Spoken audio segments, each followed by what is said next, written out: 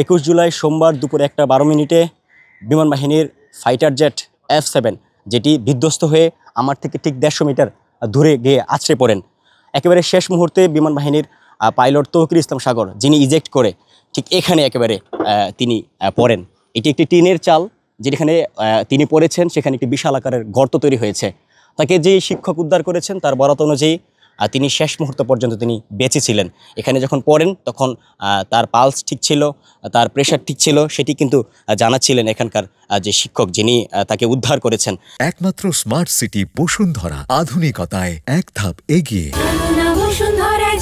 আমরা এই মুহূর্তে যে জায়গাটি দেখতে পাচ্ছি যে এখানে একটি বিশাল আকারের একটি দানবীয় গর্ত তৈরি হয়েছে, যেটি দেখতেই কিন্তু লোমহর্ষক মনে হচ্ছে, যেখানে ভয়ানক কিছু পড়েছে কিনা, কিন্তু না, সেটি হচ্ছে যিনি পড়েছেন তার নাম হচ্ছে তৌকির ইসলাম সাগর, যিনি বিমান বাহিনীর যেটিকে প্রশিক্ষণ বিমান বলা হয় F7 ফাইটার জেট, সেটি নিয়ে তিনি সেটি থেকে একেবারে শেষ মুহূর্তে ইজেক্ট করে তিনি এখানে পড়েন। এমনকি বিমানটি যেটি ফাইটার জেটটি পড়েন একেবারে দোতলা একটি ভবনের নিকটে।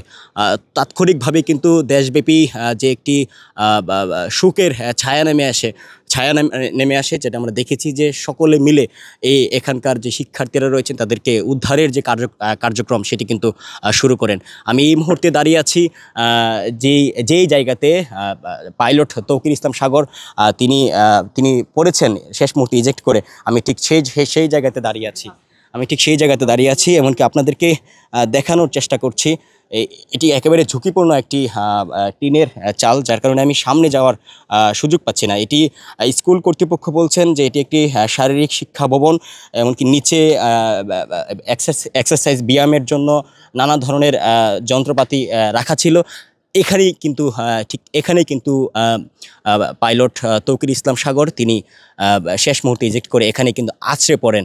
আমরা এই মুহূর্তে একেবারে ভেতরে দেখানোর চেষ্টা করছি যে ঝুঁকিপূর্ণ অবস্থা বিরাজ করছে, ভেতরে যাওয়া যাচ্ছে না। তবুও কিন্তু চেষ্টা করছি যে কিছুটা আপনাদেরকে দেখানোর, যে ভেতরে পাইলট যে জায়গাটিতে পড়েছে ঠিক এই জায়গাতে একেবারে মেঝেতে কিন্তু তিনি এখান থেকে টিনের ছাদ ভেদ করে তিনি একেবারে মেঝেতে পড়েন। এই মুহূর্তে সেই যে জায়গাতে তিনি পড়েছেন সেই জায়গাটির আমরা আপনাদেরকে দেখাচ্ছি।